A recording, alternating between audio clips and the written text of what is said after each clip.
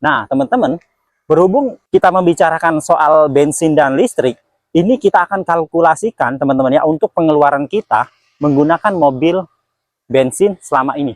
Jadi 1 tahun ya kita udah dapatkan hitungannya teman-teman. Yang pertama, itu pengisian bahan bakar di mobil ini yang kita gunakan sehari-hari, daily use ya, untuk antar jemput anak sekolah, terus juga untuk istri ngajar ya, itu total per minggu kita menggunakan bahan bakar di Rp300.000 teman-teman. Jadi kalau misalnya 1 bulan itu bisa di Rp1.200.000.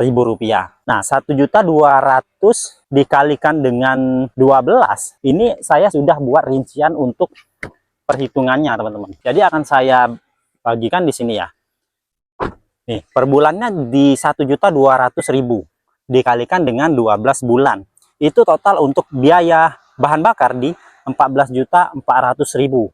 Itu hanya untuk kos atau pengeluaran bensin selama 1 tahun, Rp14.400.000. Belum lagi teman-teman ditambah biaya servis. Kalau servisnya kan jadwalnya per 6 bulan, berarti dalam 1 tahun dia harus servis 2 kali. 1 kali servis itu dia menghabiskan kurang lebih ya 1 juta. Berarti kalau 1 tahun dia 2 kali servis 2 juta teman-teman untuk biaya servisnya. Nah, ditambah lagi teman-teman untuk pajak ya, pajaknya Terios ini pajaknya di Rp3.500.000. Ini untuk wilayah Sumatera Selatan ya, Rp3.500.000. Totalnya teman-teman berarti kalau kita jumlahkan dalam 1 tahun pengeluarannya di Rp19.900.000. Berarti kurang dari 100.000 ini pengeluaran kosnya Rp20 juta teman-teman. Nah, kalau di Atuan ini juga saya udah perkirakan ya, udah saya searching, riset ya. Bagi teman-teman yang sudah menggunakan itu sudah saya tanya juga. Jadi biaya listrik dari pengalaman yang sudah punya itu biasanya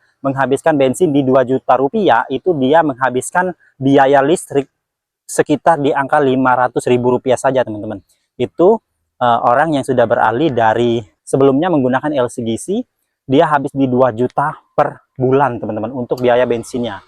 Dan sekarang beralih ke EV, dia hanya menghabiskan 500.000 untuk biaya listrik teman-teman untuk per bulannya. Jadi di sini kalau saya kan di per bulannya 1.200.000. Jadi anggap saja saya misalnya beralih ke EV akan menghabiskan kurang lebih biaya listriknya di Rp400.000.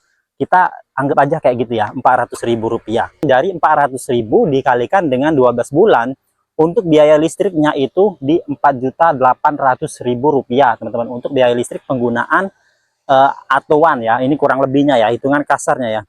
Selanjutnya untuk maintenance dari mobil listrik itu berbeda dengan mobil bensin, dimana mobil listrik itu kalau di jadwal servisnya hanya 1 tahun 1 kali. Anggap saja 1 tahun 1 kali pengecekan dan sebagainya itu kita habis di Rp1 juta teman-teman. Berarti untuk kos servis itu di angka Rp1 juta. Nah, ditambah lagi teman-teman untuk pajaknya ya, pajaknya dari mobil listrik. Kalau misalnya mobil bensin tadi pajaknya di Rp3.500.000 untuk wilayah Palembang. Kalau mobil listrik itu perkiraan kalau di Surabaya di 150.000, kita ambil besarnya nih. Di Sumsel ini 200.000. Anggap saja seperti itu ya, di 200.000. Jadi totalnya teman-teman ya,